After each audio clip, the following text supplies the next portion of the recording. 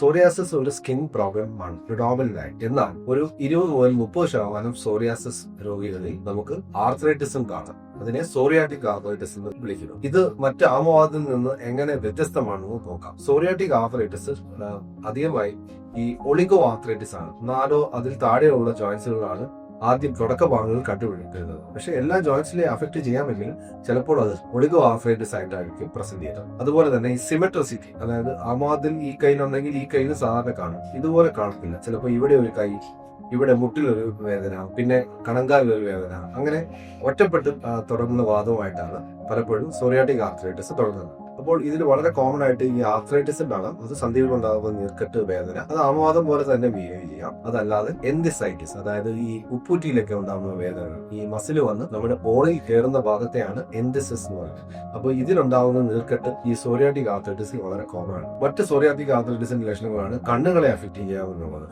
അപ്പോൾ ഇത് ഈ യുവിയറ്റിസ് എന്ന് പറയുന്ന കണ്ടീഷൻ, യുവിയ എന്ന് പറയുന്നത് കണ്ണിന്റെ ഒരു പാളിയിൽ ഉണ്ടാകുന്ന നീർക്കെട്ടും വേദനയും ഒക്കെ ആയിട്ട് പ്രസന്റ് ചെയ്യാം. ഈ സ്പൈനിനെ ഈ നടുവിന്റെ ഭാഗത്തുള്ള സേക്രോഇലിയാക് ജോയിന്റ്. അപ്പോൾ ഇത് പലപ്പോഴും നടുവേദനയായിട്ടും തുടങ്ങാം. സോറിയാറ്റിക് ആർത്രൈറ്റിസ് വളരെ അഗ്രസീവ് ആർത്രൈറ്റിസ് ആയതുകൊണ്ട് തന്നെ വളരെ ഏർലി ആയിട്ട് ഇത് കണ്ടുപിടിച്ച് നല്ല ചികിത്സ സ്റ്റാർട്ട് ചെയ്താൽ നമുക്ക് വൈകല്യങ്ങളൊന്നും വരാതെ, നമ്മുടെ ക്വാളിറ്റി ഓഫ് ലൈഫ് ഒന്നും കോംപ്രമൈസ് ചെയ്യാതെ, ഈ സ്കിന്നിലുള്ള അസുഖം വളരെ കൂടാതെ വളരെ നിയന്ത്രണത്തിൽ കൺട്രോൾ ചെയ്ത് കൊണ്ടുപോകാൻ പറ്റുന്ന ഒരു അസുഖമാണ് സോറിയാറ്റിക് ആർത്രൈറ്റിസ് ഇപ്പോഴത്തെ പുതിയ ചികിത്സാ രീതികൾ വെച്ച്.